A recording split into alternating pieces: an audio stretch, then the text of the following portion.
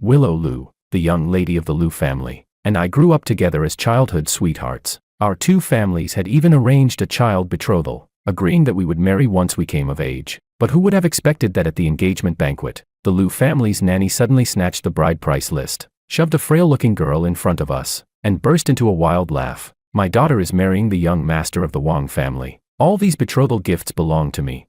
Didn't see that coming, did you? The two children were switched back then. Why should your daughter live like a pampered young lady, while my daughter is doomed to suffer her whole life? This is the real daughter of the Lou family. Everyone's expressions changed drastically, but I calmly looked at her and said, I didn't expect it, but I saw it coming. That's why I switched them back. Madam, the one you brought with you is your biological daughter. Chapter 1. George, we're going to the hospital to visit your Aunt Lou and little Willow. Hurry up and change your shoes. Little me stared longingly at the pudding on my plate, practically drooling, and asked, Mom, can I finish my pudding before we go out? Every week, I was only allowed one serving of pudding, and it was always on Sunday. My mom didn't have the patience to wait. She grabbed me by the collar and hauled me toward the door in one swift motion. No.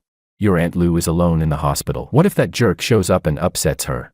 Now, immediately, this second, come with me.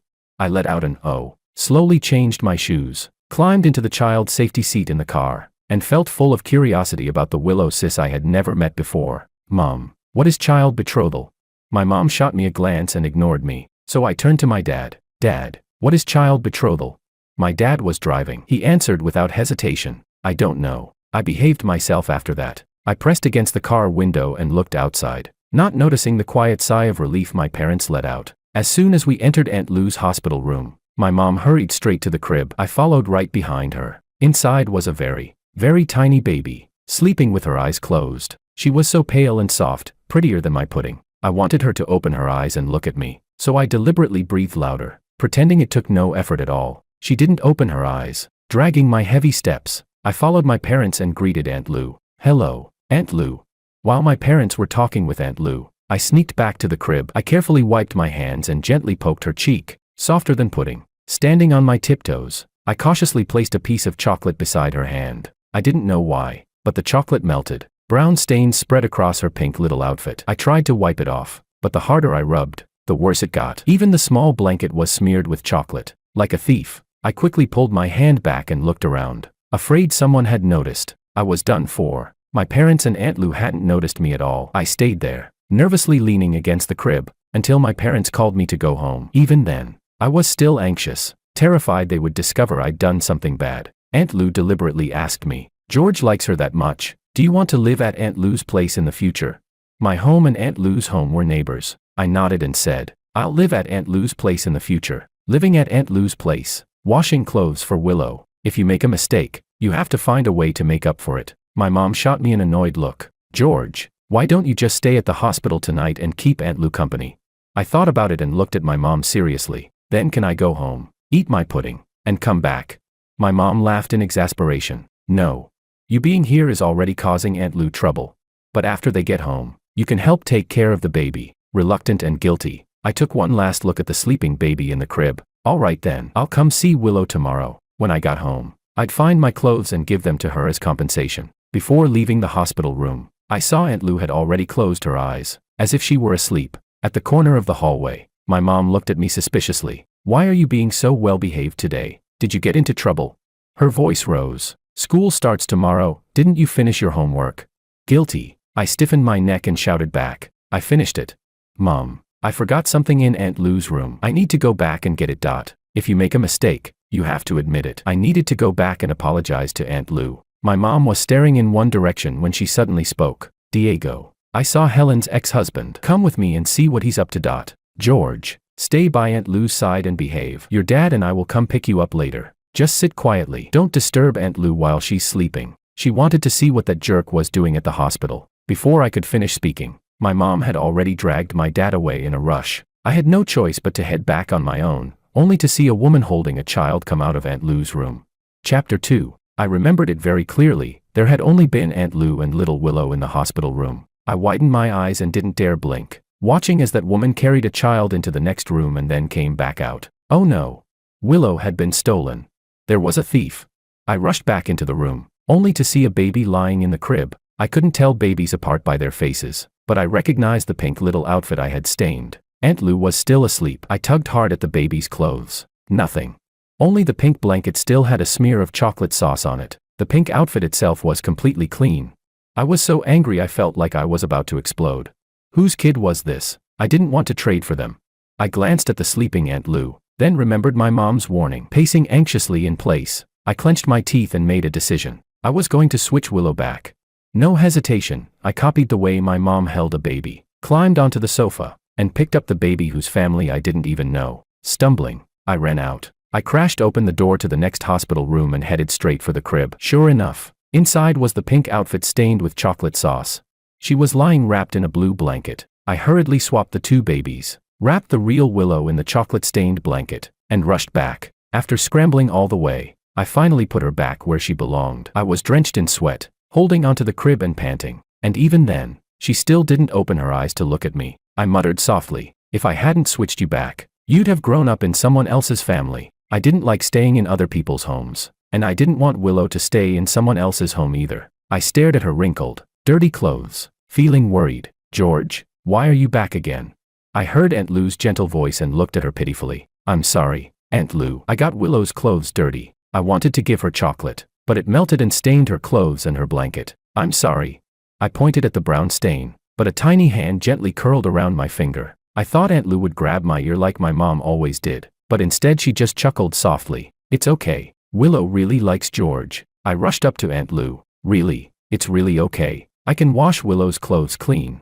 Aunt Lou rubbed my head. "It's really okay. The nanny will wash Willow's clothes." The nanny? That's right, the nanny. The person who tried to switch Willow must have been Aunt Lou's nanny.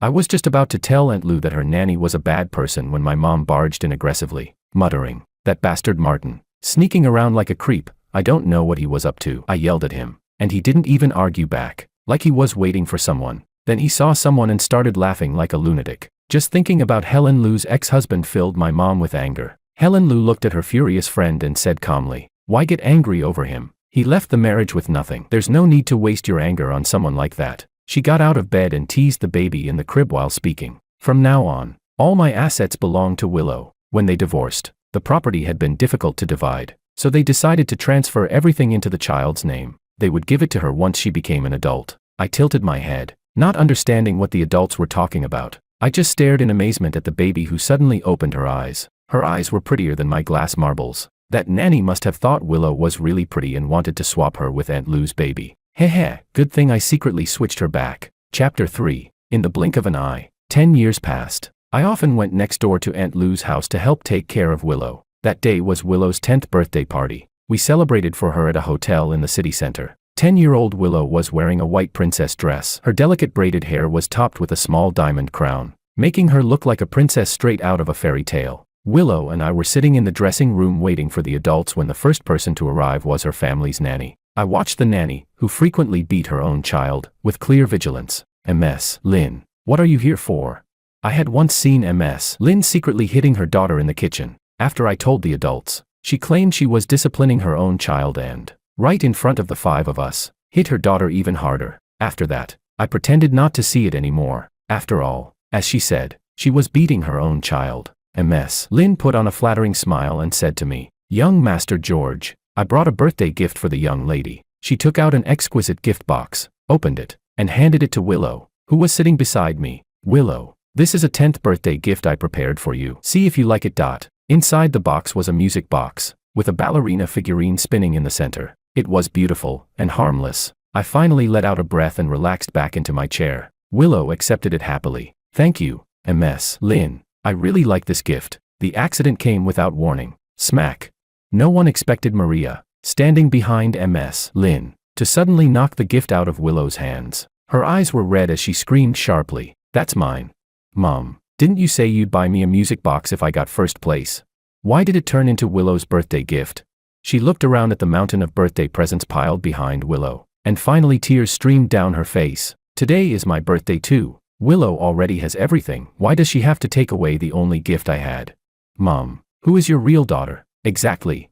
The delicate music box rolled across the floor, but no one bent down to pick it up. I stood up and shielded Willow behind me. "Get out. Security. Escort them out.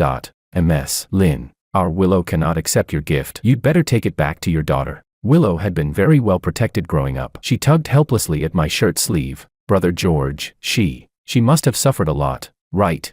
Willow rarely encountered people who spoke so loudly. As her mother's business grew bigger and bigger, the smiles around Willow only multiplied. The people around her all spoke gently and softly to her. Someone would never speak to their own mother like that unless they had suffered a great deal. I paused slightly, then told her seriously, Willow, no matter how much injustice she has suffered, it has nothing to do with us.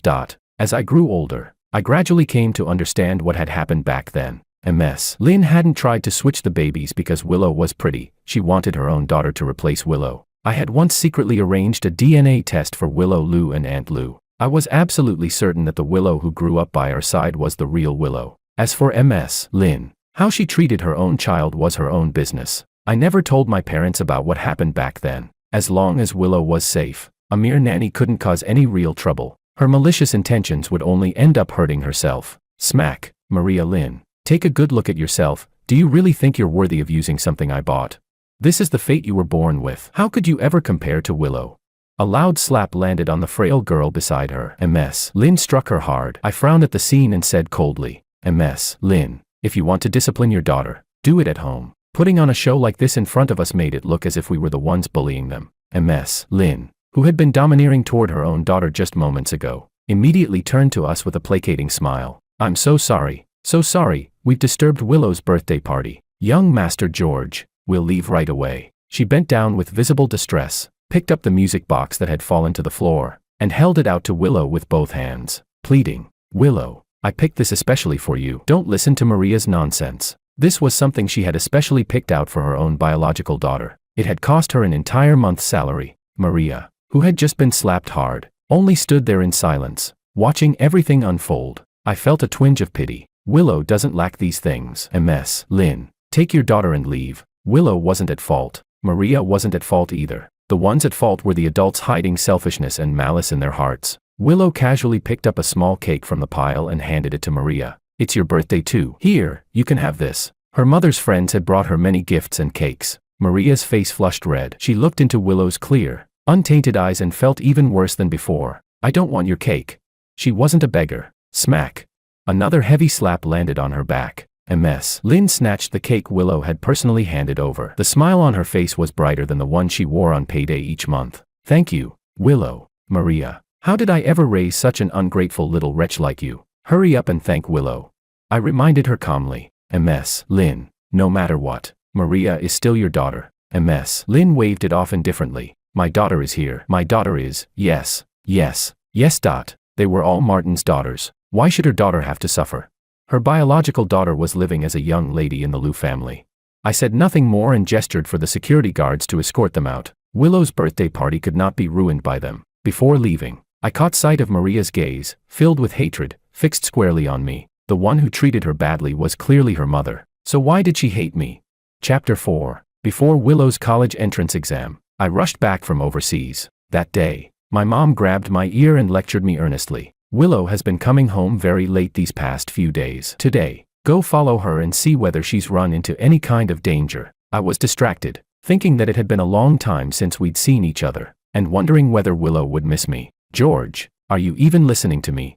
I rubbed my ear and nodded helplessly. I heard you. You want me to observe whether Willow has encountered school bullying. What else? Go on. I'll write it down. My mom's temper was just as explosive as ever. I shot my dad a look, signaling him to rein her in, but he pretended not to see it, just like he had done for years. As long as my mom wasn't at a disadvantage, my dad was nothing more than background scenery. I sighed. Mom, what exactly are you trying to say? My mom lowered her voice mysteriously. Willow is in adolescence now. Teenagers at that age tend to rebel. Your Aunt Lou and I don't dare ask directly. So you go find out whether Willow is in an early relationship. Even though you and Willow have been talked about as a child betrothal, your Aunt Lou and I are open-minded parents. If you two don't end up together, we won't force it. I laughed in disbelief. Mom, if you don't dare ask, why should I? Besides, when had I ever not liked Willow? My mom answered righteously. Because we want to be the most understanding parents in Willow's heart. We can't be the bad guys. What if Willow develops a rebellious mindset? Wouldn't that be counterproductive? The thought of Willow having an early romance made me inexplicably uncomfortable. Mom, with someone as outstanding as me around. How could Willow possibly look down on her classmates? Willow and I have a betrothal. I'm going upstairs to change clothes and pick Willow up after school. My mom watched her son's somewhat chaotic footsteps and said blankly to her husband, "Didn't he just change his clothes?" 15 minutes later, my mom stared in fascination at her son, now completely refreshed from head to toe, and sneezed from the strong scent of perfume. "George, are you planning to open a perfume lab? How many bottles did you spray on? Even the mosquitoes in the house are going to suffocate." I tugged at my tie awkwardly and retorted stubbornly, "I'm picking Willow up from school. I can't embarrass her. Of course I have to put some effort into my appearance." Afraid my mom would keep questioning me, I quickly grabbed the car keys and headed out. Willow and I are eating out tonight. I thought my mom and Aunt Lou were just worrying too much, but then I saw Willow walk out of the school gate and head in the opposite direction of home. My heart skipped a beat. I quickly put on my sunglasses and followed her. Chapter 5. Inside the cafe, I narrowed my eyes, sizing up the middle-aged man sitting across from Willow. That face, it looked exactly like Aunt Lou's ex-husband. "Willow, how did it go with your mom? Did she agree to meet me?" Martin stared at Willow eagerly, the hunger in his eyes impossible to hide. Back then, all the assets had been transferred to the unborn Willow. After that, his standard of living plummeted. It wasn't that he had never regretted it, Helen was simply ruthless and refused to see him. Willow looked at Martin expressionlessly. "My mom won't see you, and I won't acknowledge you either. If you come looking for me again, I'll have my mom's company lawyers sue you." This was already the third time this man had come to find her. She had family and friends in her life, she didn't need a stranger claiming to be her father to interfere. Listening in from the side, I nodded in quiet satisfaction. Martin slammed the table in anger. "Willow, do you think the life you have now just fell from the sky? Let me tell you, without me, you'd be nothing. No matter what." Willow was only 18. She flinched in fright but still shot back. "Everything I have was given to me by my mom. It has nothing to do with you." Ever since she could remember, her world had only consisted of her mom, Uncle Wong and Aunt Wong, and brother George. Martin laughed in fury. Fine. I'd like to see whether you'll still be this tough-mouthed after you graduate from college." Graduation was the date he and Helen had agreed upon. He glared viciously at Willow. "One day, you'll come crying and beg me.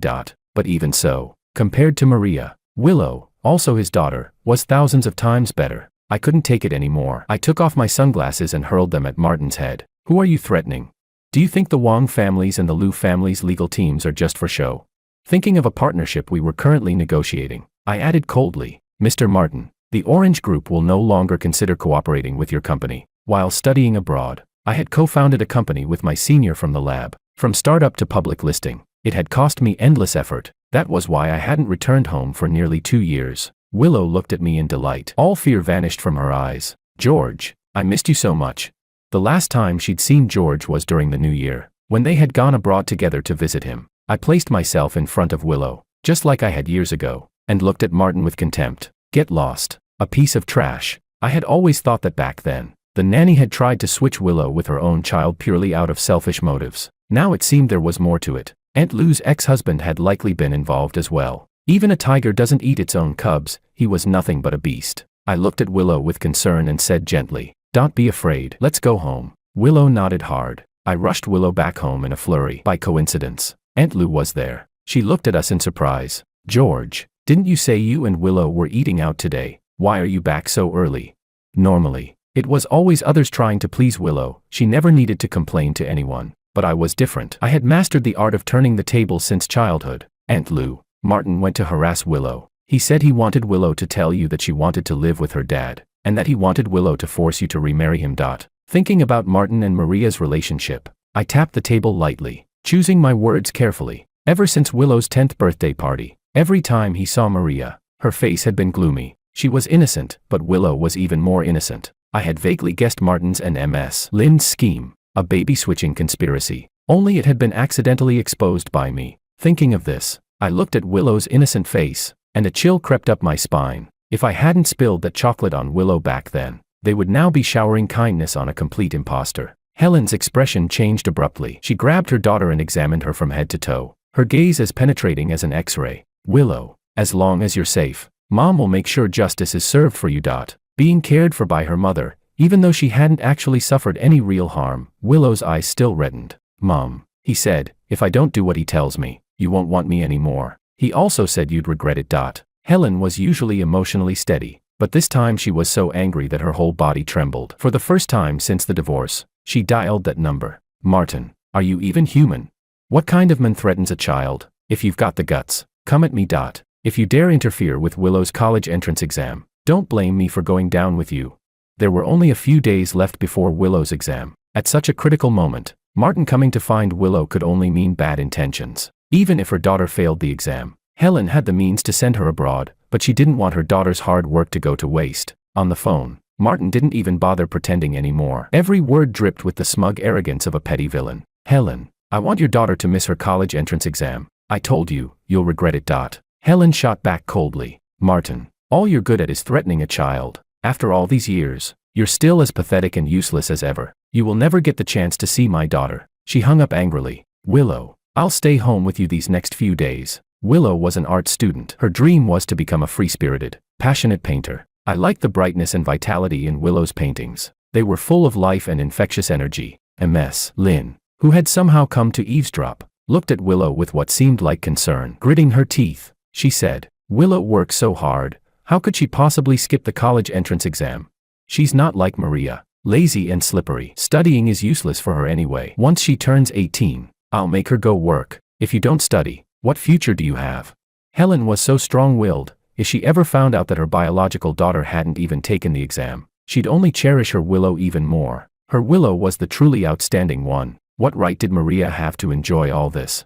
Listening to Ms. Lynn, I gave her a long, meaningful look and said, Ms. Lynn, sometimes I really can't tell which one is actually your daughter. You're so lenient with Willow, yet so harsh with Maria. No matter what, Maria is still your daughter. Let her finish college, she'll be able to find a decent job in the future. Degrees only devalue if you actually have one. If you have no education at all, what does devaluation even matter?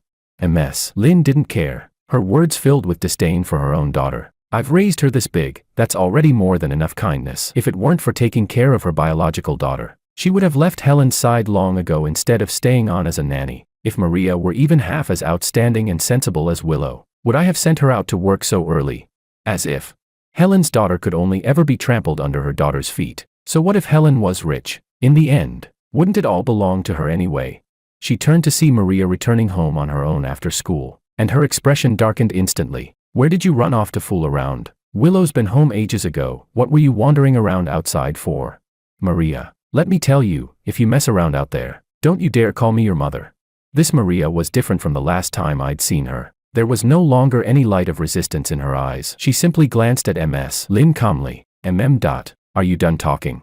Just a few more days. Once the college entrance exam was over, she could finally escape this place. Ms. Lynn was furious. Maria, what are you being arrogant about? What right do you have to be arrogant? You eat my food, wear my clothes, spend my money. You do whatever I tell you to do. Who do you think you're giving that attitude to?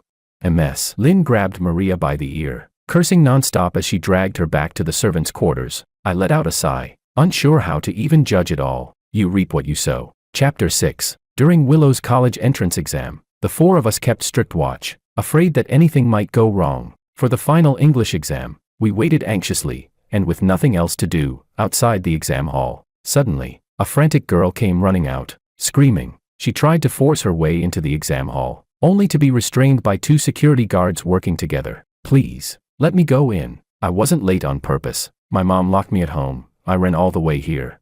She had never imagined that her own mother would stop her during the very last exam. Clearly, going to college would have been her chance to escape that suffocating home. Seeing the girl drenched in sweat, the guards felt sympathy, but rules were rules. Sorry, student, these are the regulations. We can't let you in. Miss it, and she would have to wait another year. Maria collapsed at the entrance, sobbing uncontrollably. When Ms. Lynn rushed over, Maria screamed at her in breakdown. This is all your fault. If it weren't for you, I wouldn't have missed the exam. With my grades, I could have gotten into a really good university. You just wanted to ruin my entire life. Her eyes were filled with hatred. I hate you. Ms. Lynn slapped her backhanded. How dare you? I raised you all these years, and instead of being grateful, you hate me. You're nothing but an ungrateful little wretch. The surrounding parents tried to persuade them.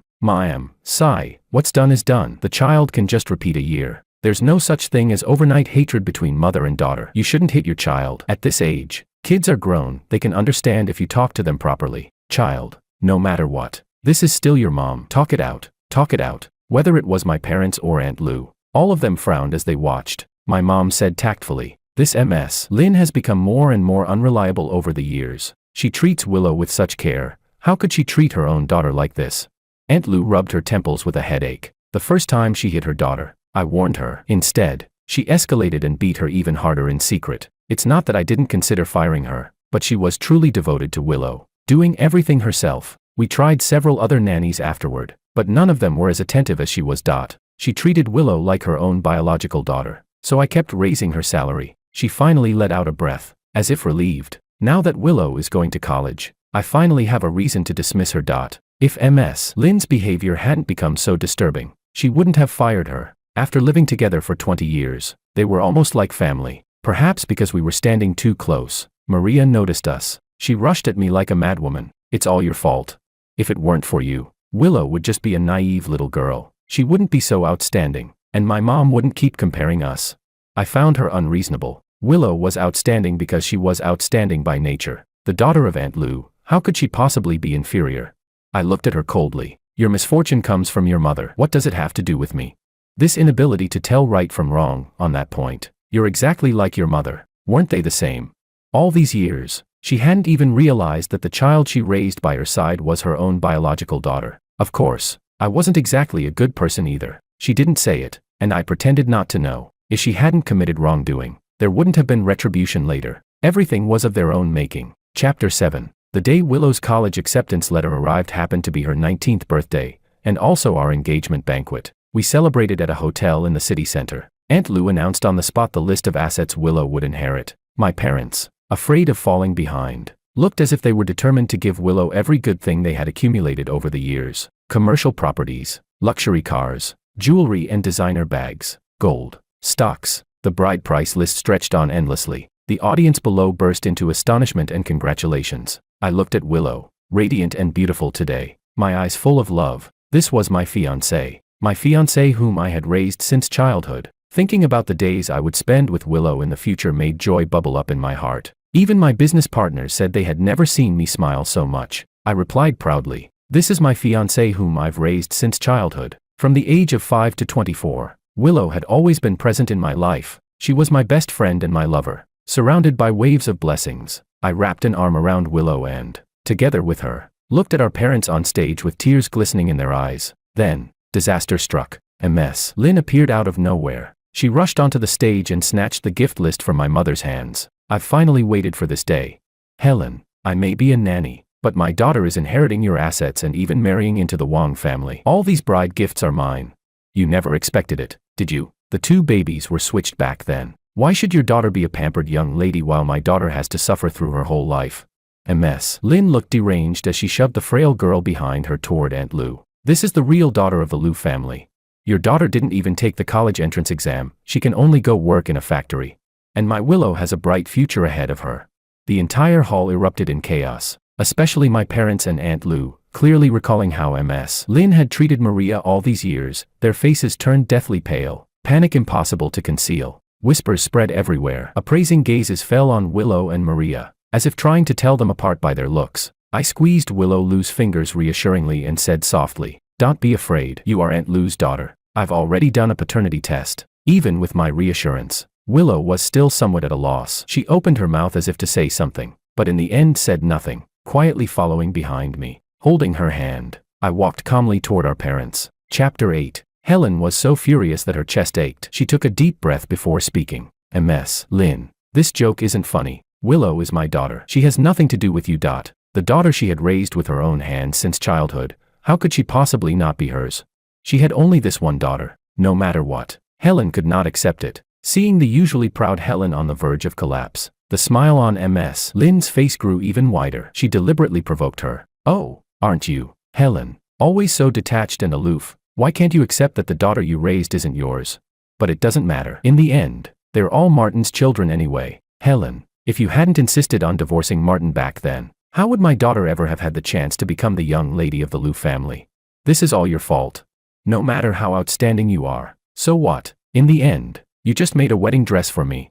Ms. Lynn's shamelessness made Helen's chest hurt even more. "Ms. Lynn, you've been with the Lou family for 20 years. I have never treated you unfairly. We have no grudges between us, why would you hurt me like this? Ms. Lynn's eyes were just as full of hatred. Martin and I were high school classmates. My family paid for his college tuition. He said he would marry me after graduation, yet after graduating, he married you instead. You were the one who intruded into our relationship. I endured humiliation for 20 years, waiting for this very moment. Helen, my daughter is also Martin's child. You didn't raise her for nothing. Otherwise, why do you think Martin so readily agreed to give all his assets to the child back then? Because in the end, everything would return to us, including your property. She shoved Maria toward Helen. Here, this is your daughter. Take your ungrateful daughter and leave. Don't ruin our Willow's engagement banquet. Chapter 9. I hurriedly raised my voice. Ms. Lynn, no one ever imagined you would be this vicious back then, but I saw it. So I switched Willow back. The child you took away was your biological daughter. Willow has nothing to do with you. The joy on Ms. Lynn's face froze instantly, replaced by shock and dawning relief on Aunt Lou's face. Ms. Lynn screamed in denial. Impossible. How could Maria be my daughter? My daughter is Willow.